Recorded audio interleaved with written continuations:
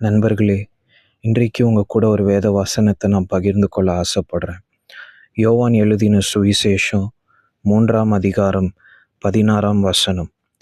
தேவன் தம்முடைய ஒரே பேரான குமாரனை விசுவாசிக்கிறவன் எவனோ அவன் கெட்டு போகாமல் நித்திய ஜீவனை அடையும்படிக்கு அவரை தந்தருளி இவ்வளவாய் உலகத்தில் அன்பு கூர்ந்தார்.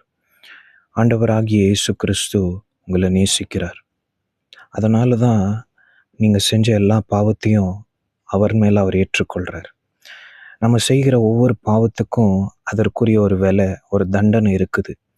அந்த தண்டனையை தான் இயேசு தன் மேலே ஏற்றுக்கொண்டு சிலுவையில் அவர் ரத்தம் சிந்தி நமக்காக மரித்தார்.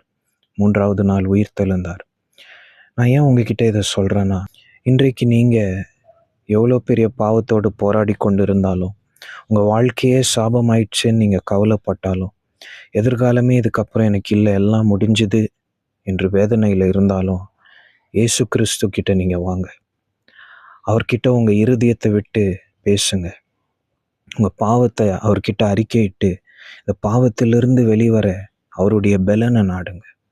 இயேசு கிறிஸ்துவால் மட்டும்தான் உங்களுக்கு பாவ மன்னிப்பு, சமாதானம், அழகான ஒரு எதிர்காலம்.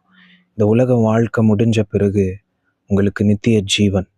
இது இயேசுவால் மட்டும்தான் கொடுக்க முடியும். நீங்கள் வெறும் தீர்மானத்தை எடுக்கணும்.